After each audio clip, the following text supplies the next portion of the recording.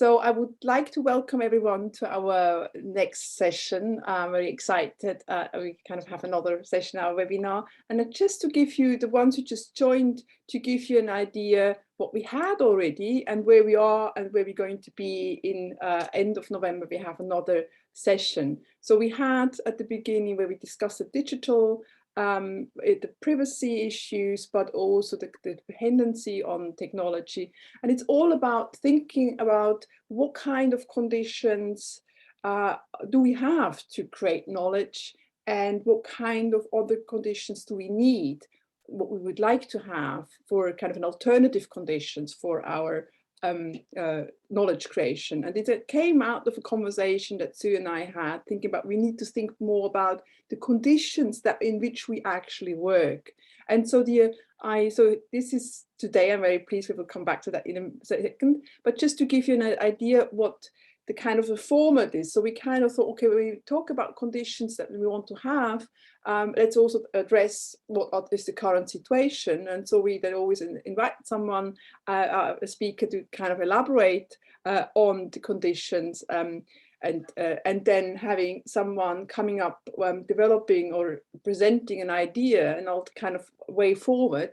And it has kind of a double meaning. So one is inspiring us, to inspire us what the future, how the future could look like, but at the same time also using the alternative as a way of better understanding what are the issues at stake. So kind of thinking about solutions and using this thinking about solutions as well in order to understand better the world we are in order then to kind of developing alternatives further. And the idea is, as I already mentioned, to envisage alternative conditions for knowledge creation, and also then coming up with some recommendations. This brings me back again to the conference Sue has just mentioned, where we kind of bring our webinar discussions in, but much more. Sue, you might want just to give some words, say some words about that conference, so get a better sense of the broader context in which our webinar actually takes place. Yes, thanks. I've just put the flyer for the conference in the chat. This group that we're meeting now, this webinar series on alternative conditions for knowledge creation, is one of 7 working groups on a whole range of topics that are listed in that flyer. And we've also got a 9-country comparative study of the effects of the pandemic long-term on higher education in Europe. And that's all coming together in this conference, where each of the working groups in the pandemic study are going to present the results of their work. And also we're inviting policymakers and university leaders to engage in a dialogue with them, so that we try and develop a new kind of relationship between critical research and people who are dealing with this policy area. At the moment, it feels very fragmented, and a big gap of understanding between these different worlds, and we're trying to bring them together. So this would be on the 13th to the 15th of December. It's open to everyone. On a self-funded basis. We've kept it as cheap as possible, but it's in the Royal Academy, so it's cheap and grand. And one of the things we're trying very much to do is attract senior researchers, but also early stage researchers and PhD students who would like to participate in what really is a process of agenda setting for the future of research on higher education. Thanks for that. And I would maybe to add, it's going to be a blended conference. So we can attend it, but I think you also have some means where people want to attend it, kind of parts of it, and we're keeping the Zoomy bit to a minimum. So we're, after having 2 years of working on Zoom, we really want to try and be in the same space and actually see each other, see how tall we are and how we walk and sit and drink tea and things, and get to know each other a bit better. So yes, but if you definitely can't come in any other way, you can participate by Zoom. Okay, thank you for that, Sue. So then I have the great pleasure to introduce our first speaker today, David Mills. He's a Deputy Director of the Centre of Global Higher Education in Oxford, at the University of Oxford. I'm absolutely pleased that he accepted to come. He published on publishing practices in the African Academy, and particular what he refers to as the predatory publishing, and how it is promoted. So I'm really, really pleased that you accepted and give us some ideas of what the stakes that we have, or the issues we are confronted with when it comes to publishing. And then we have Vivian giving us some ideas of way forward. So the floor is yours, David. Thank you for joining us today. Great. Thank you very much, Eva and Sue, for this invitation. It's a real pleasure to be here.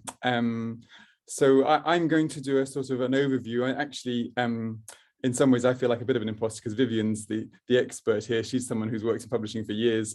I've come into this quite recently, and I've been very interested in learning, partly because I'm involved in helping a journal transition, but also as a research topic, trying to understand how the changing political economy of publishing is affecting editors and journal productions in Africa. So I've done an awful lot of interviews over the last couple of years with journal editors. But my job here is really to set the scene and to try and think about how this changing what I call bibliometric economy is affecting researchers and knowledge ecosystems in what you might want to call the majority world. So the first thing to say, this is a very brief abstract. What I'm going to talk about is the way in which open access is both a sort of normative principle, a political movement, but also a very profitable business model. And what I want to do is explore the contestations around these meanings and the forms of value that it's created, the history of it briefly, who's advocating for it today, why and at what cost. It's been very profitable for some. What does this mean for communities of practice across the majority world? And then really looking to the future, can open access act as a form of movement towards decolonizing these dominant publishing infrastructures, or build alternative ones? So I'll just go a quick call out to some of the students I've worked with, Natasha Robinson, Abby and Kelsey, and Ghanaian colleagues Samuel and Paulina, who have helped me with these interviews as well. So sweeping through the history, 1990s, one sees the arrival of audit culture in universities, increasing pressure on academics to publish more, to publish in the right places. So you get a journal prestige economy developing, more pressure on journals, therefore more costs on libraries, more journals being published. And so we have what we call the serials crisis. So that marks a major point of where libraries are beginning to worry about how they can afford to keep funding subscription models. Then at the same point, you've got the internet and digital publishing softwares opening up the way in which you can publish, and moving away from print models to digital dissemination. And then in 2000, in response to some of the sort of challenges of the finances, one sees the arrival of what's called open access, or an author pays publishing model. This is really quite a complicated and fascinating, but financially sort of detailed world that one can get into. But basically, there are different models of open access. People talk about gold, green, hybrid, diamond, even black, which is we won't go into. And so what one has is, what's interesting about this is that despite the amount of attention that's been given to it, the data from the European Commission is that growth in it has stalled, and it's not as if somehow open access is the answer. It still creates, it has many financial sort of implications for the publishing sector. So if I just start with sort of the growth, well, there's a picture of the exponential growth, and that's then led to people talking about the consolidation of the publishing ecosystem by the big five, as Posada and Chen put it. Murawski is more bleak. He talks about the race to sort of control the platforms of academic publishing capitalism. And who are the oligopoly that are referred to in this title for this webinar? Well, the big five are Spring and Nature, Elsevier, Taylor and Francis, Wiley and Sage. But they are also being chased by Frontiers and MDPI, which are also very profitable new open access publishers. Wiley recently acquired Hindawi, which was set up in Egypt. Relex Elsevier is posting still massive profits. So whilst there is, clearly a big five, it's a fast-moving and quite a complicated economic landscape. This shows how in the social sciences and humanities, the big five are gradually acquiring market share, so that you see the red line is other journal publishers. So fewer and fewer sort of small publishers are sort of publishing journals. Increasingly, there's consolidation by the big publishers. And then there's consolidation vertically as well. And these diagrams from Posada and Chen are sort of a bit bamboozling, but what they sort of show is the number of different tools that are owned by, for example, in this case, Elsevier, that sort of seek to integrate every aspect of the research process, from designing your questions to collecting funding, to collecting data, analyzing data, writing, submitting, review. So a company like Elsevier, it clearly wants to ensure that people stay within its ecosystem and use its tools at every stage. Bell is on a similar analysis of Clarivate, which of course owns the other major citation index. So it's important, worth remembering here that of course Elsevier also owns Scopus, which is one of the major citation indexes, and Clarivate own Web of Science. And so this is the point about the sort of platform capitalism aspect, the consolidation. Let me say a little bit about then the sort of the movement of open access, because this is part of a response to consolidation in some level. So one could go back to the Budapest Declaration, which tries to define open access. There's been a lot of sort of analysis of this movement and whether it is a bit sort of utopian. There's clearly a lot of people who are very involved in that politics. Moore describes it as a bit focused on liberal techno-solutionism in tone. They also point out that actually there is a history to open access that you could trace back to the 1990s. It doesn't all start with this declaration and then use of the term open access. So throughout the 1990s, people were experimenting in online forum spaces with forms of publishing. Some, like Kirsten Bell, whose work I like and work with a lot, she suggests that it's possibly a liminal space, that there's, it's not overdetermined. There are spaces for play and experimentation.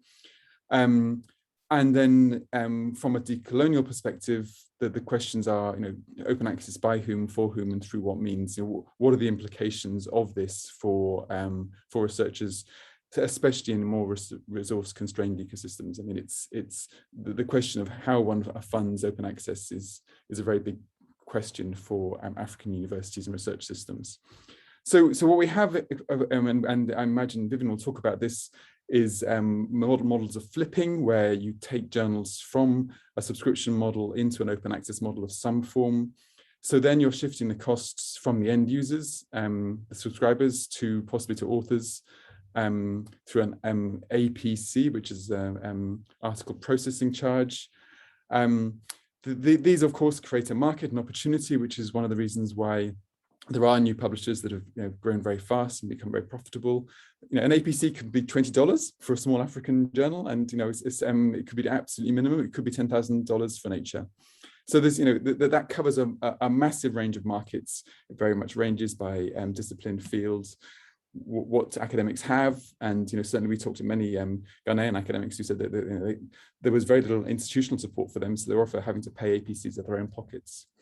We need to recognise that publishing has many costs. It's not possible to do it for free, even if many journals have often relied on a sort of shoestring volunteer model of labour.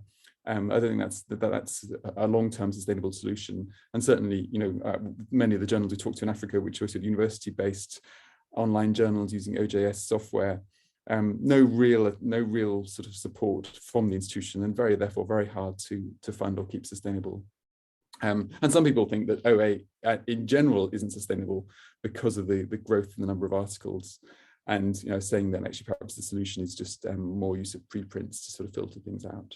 So open access is not the answer. It's a complicated, changing, contested space of economics, of sort of visions and moralities. And so some people have, begun to weigh in on the way in which the democratization myth has been a way in which open access has been able to hide behind this promise of opening up knowledge.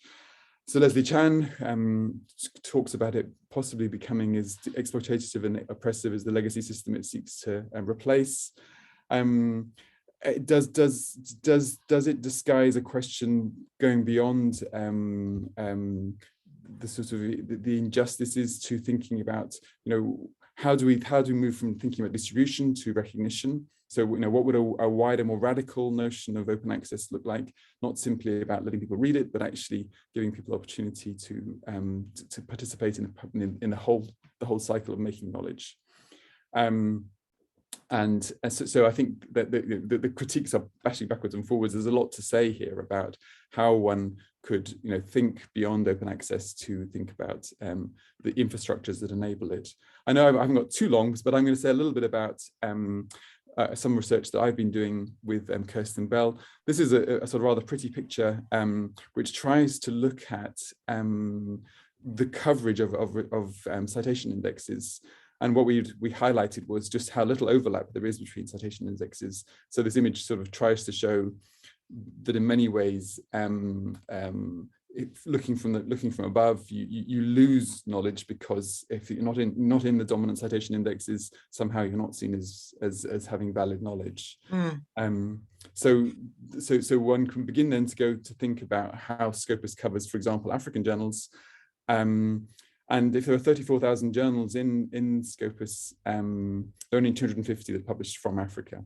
And someone like Nigeria has only 20. Mostly are from Egypt and South Africa, but many countries will have well-established, long-running scholarly journals that aren't in Scopus, because it's actually very hard to get into Scopus. You have to have all sorts of digital traces. You have to have DOIs. You have to have a whole archiving infrastructure. It requires expectations, increasingly high benchmarked expectations around diversity of editorial boards, of publicity of publication records. And you can see why these citation indexes have produced these rules, these benchmarks, because they are trying to avoid accusations that they are not being quality gatekeepers. And that's partly driven by the history of what's called predatory publishing, and I've certainly questioned that term and its veracity and its usefulness. One graph here just shows how a new publisher like NDPI has absolutely massively scaled up, and I think that the numbers are useful. So Elsevier is one of the biggest publishers. It published 560,000 articles in 2020. This is NDPI was only launched 20 years ago, and it has already published 500,000 articles. And Frontiers similarly now publishes has published half as many as that. So these are new publishers that are scaling up massively through publishing, say, special issues, and they are charging APCs to their authors. Whether this is predatory or whether this is just opening up scholarship is an interesting debate. The debate around predatory publishing carries on, and I think it uses highly emotional and affective language.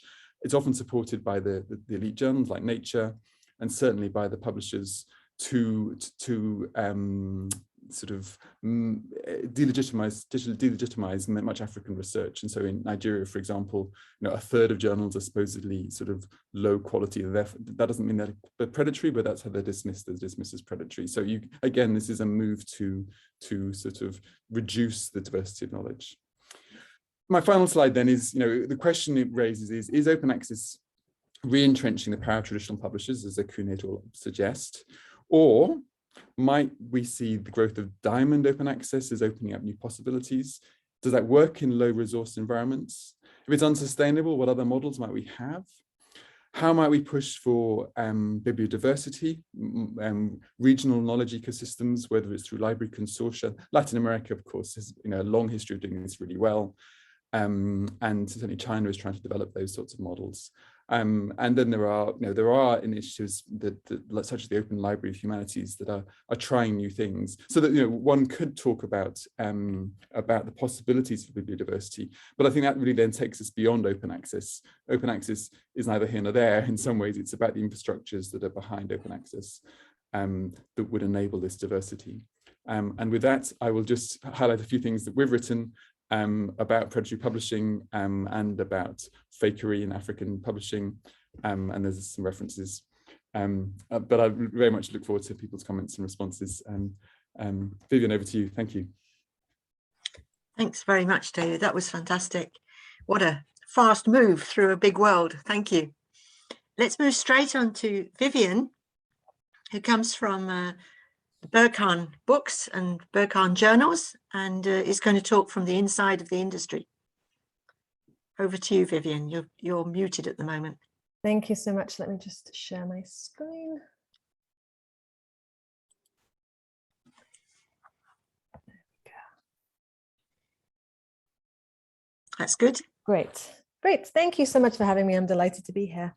So first, I wanted to outline the approach that I'll be taking. Some of the slides, one or two, will look familiar. So David and I sort of first both begin to sort of putting in context where we're coming from. So we have a lot to cover. I hope I get through it in 15 minutes, but I think we'll still have plenty of time for discussion.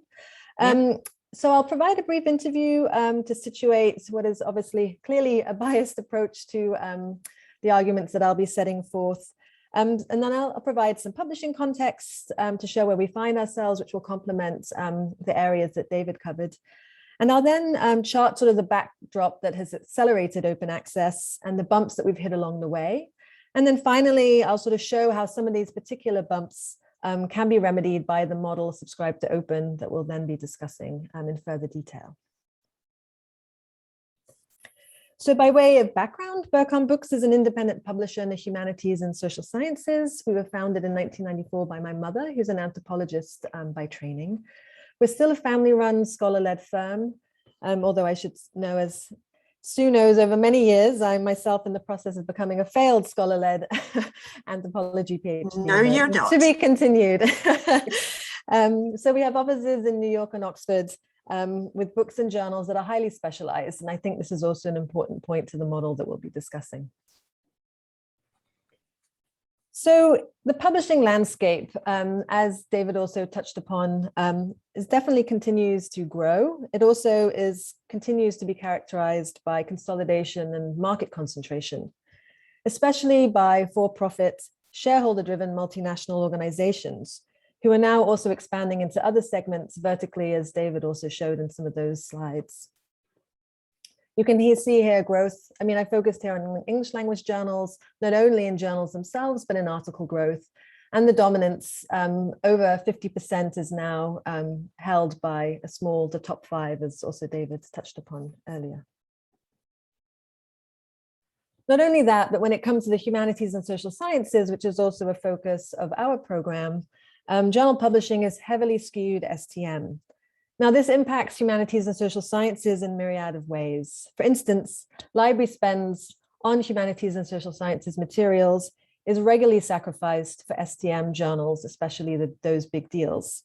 Can I just interrupt you, Vivian? What does STM stand for? Oh, sorry. So science, technology, and medical journals. Right. Thanks. And so monographs are especially impacted by this. And here you can see sort of some of the trends that have increasingly been going down over the years. So this is just the last 3 years, but these are very much characteristic of decades of budget constraints. And then, as we'll touch upon later, open access policies are also themselves rooted in STM publishing traditions that don't translate well for the humanities and social sciences fields.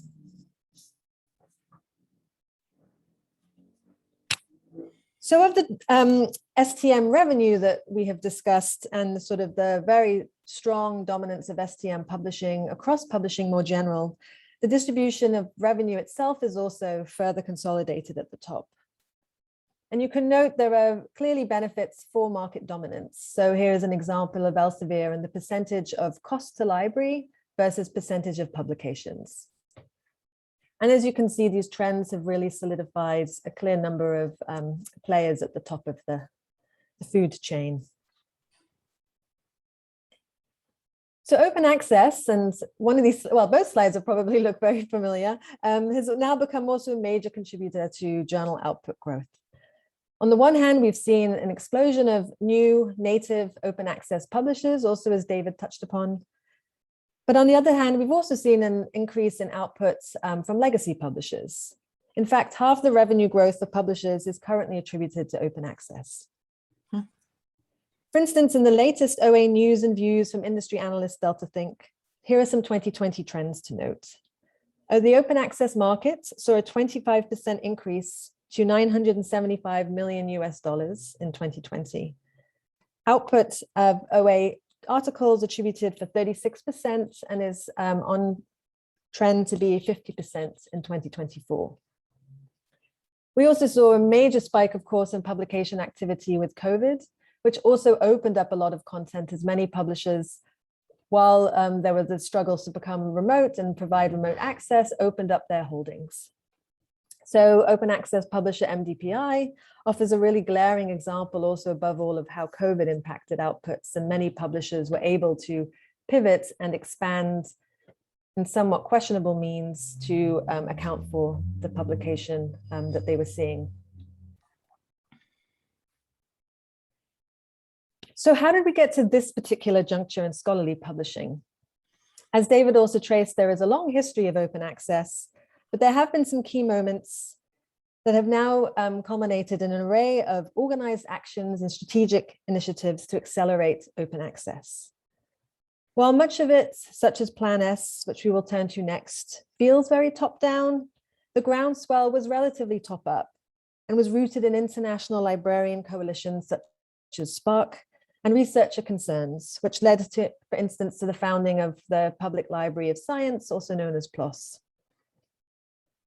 These led to formal interventions for what was felt to be rampant problems whose solutions were now found in technological advances. For instance, to solve the bottleneck of publications, author archiving was seen, now known as sort of the green route, with various colors and incarnations, was seen as a solution. To counter the rising cost of subscriptions that were increasingly restricting access, gold open access was then seen as a route and an alternative. In fact, Paramount was making research publicly available to everyone. This was above all against the backdrop of preambles that determined that publishers like Elsevier were enjoying profit margins that exceeded those even of the oil companies, all while library budgets continued to contract. These various interventions led to the establishment of the key architects of open access today. The Max Planck Digital Library has been instrumental in brokering Project Deal, which is in 2019, the big deal between Wiley and later on Springer to create what are known now as the read and publish transformational deals that we'll go into later. And finally, Coalition S, which is the body behind Plan S.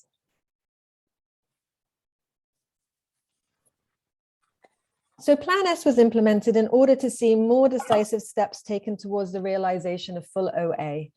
Open Access 2020 envisioned a future of open access in 2020, and as 2020 became closer, it was apparent that the kind of open access that had been envisioned wasn't being realized at the rate or in the form that the initial sort of architects had seen for themselves.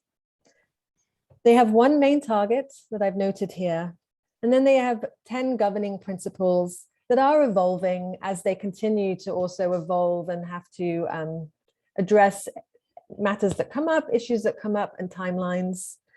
But ultimately, they seek to make sure that the funds that are spent on open access currently through APCs is well spent, that there's copyright retention, which has become a major issue around open access, and that open access is above all immediate.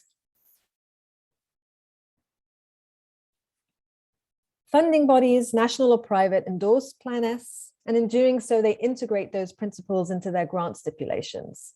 This is how researchers and publishers feel the effects of Plan S in action.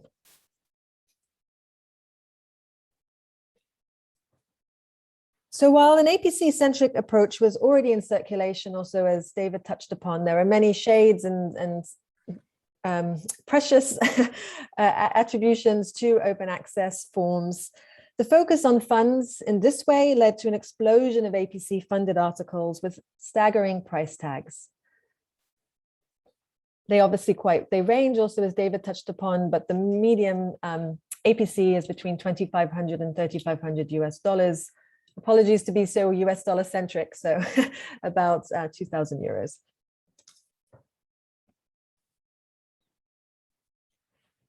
So the pressures of the mandates resulted in a number of unintended, albeit not unforeseen consequences that have been somewhat remedied along the way.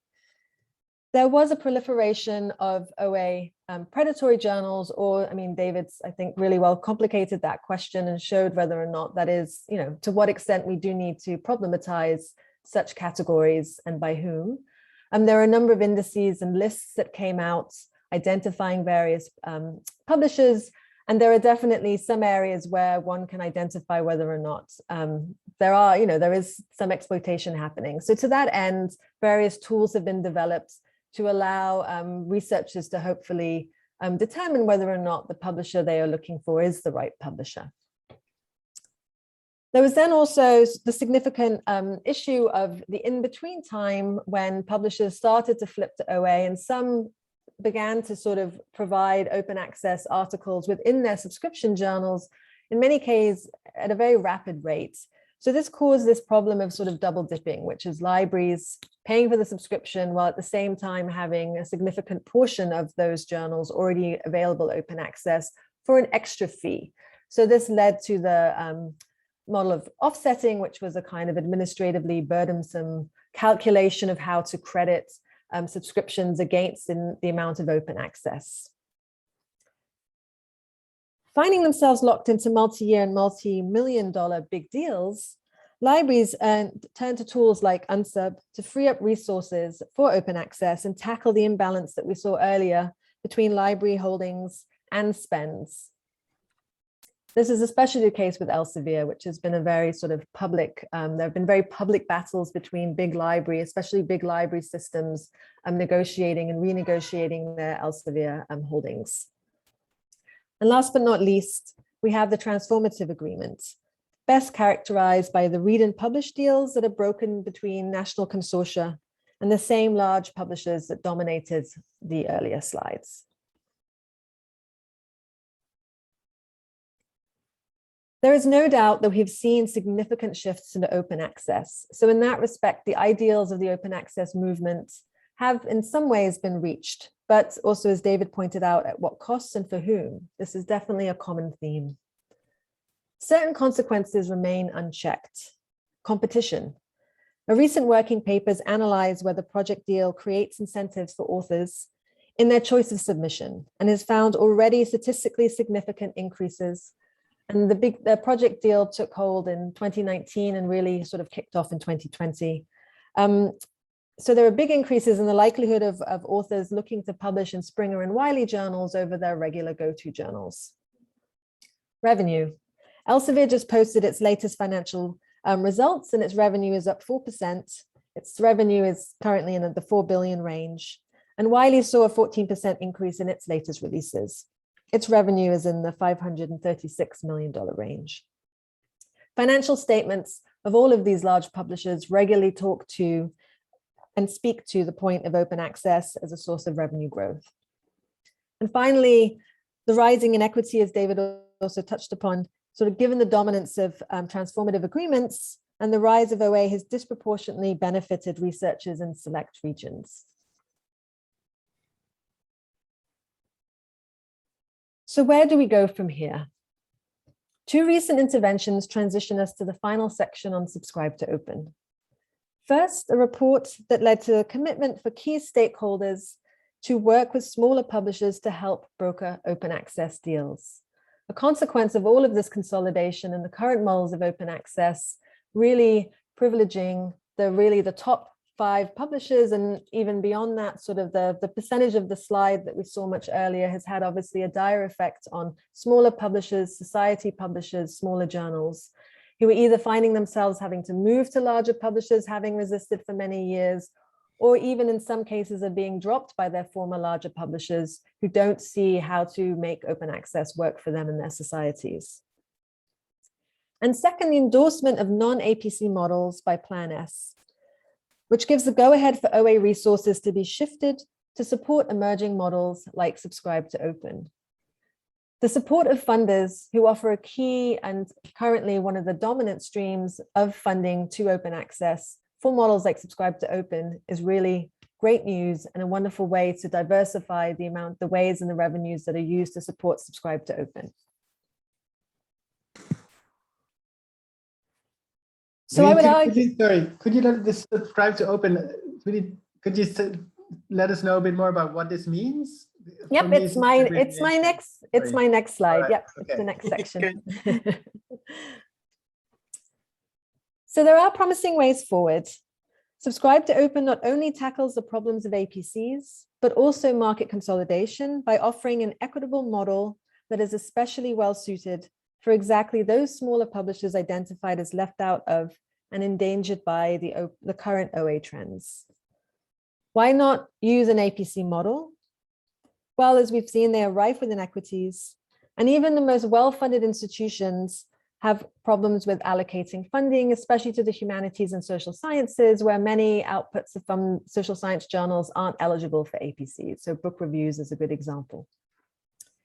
Read and publish deals are also not a good option. To recap, they are geo-bound and reinforce the above mentioned equities in higher ed. They bolster the publishing monopolies that are moving us away from publishing content to a data economy. Ultimately, quantitative models of this kind are not a good fit for niche fields and the programs that support them.